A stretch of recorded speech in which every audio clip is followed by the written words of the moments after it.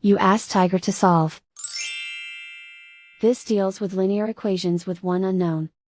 The final result is x equals -3. Let's solve it step by step. Simplify the expression. Expand the parentheses. Simplify the arithmetic. Multiply the coefficients.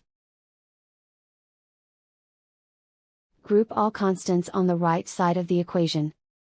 Subtract 25 from both sides. Group like terms. Simplify the arithmetic.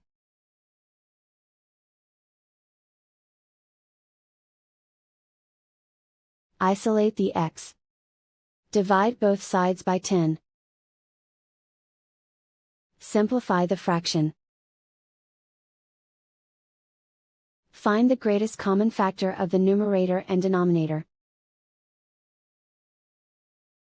Factor out and cancel the greatest common factor.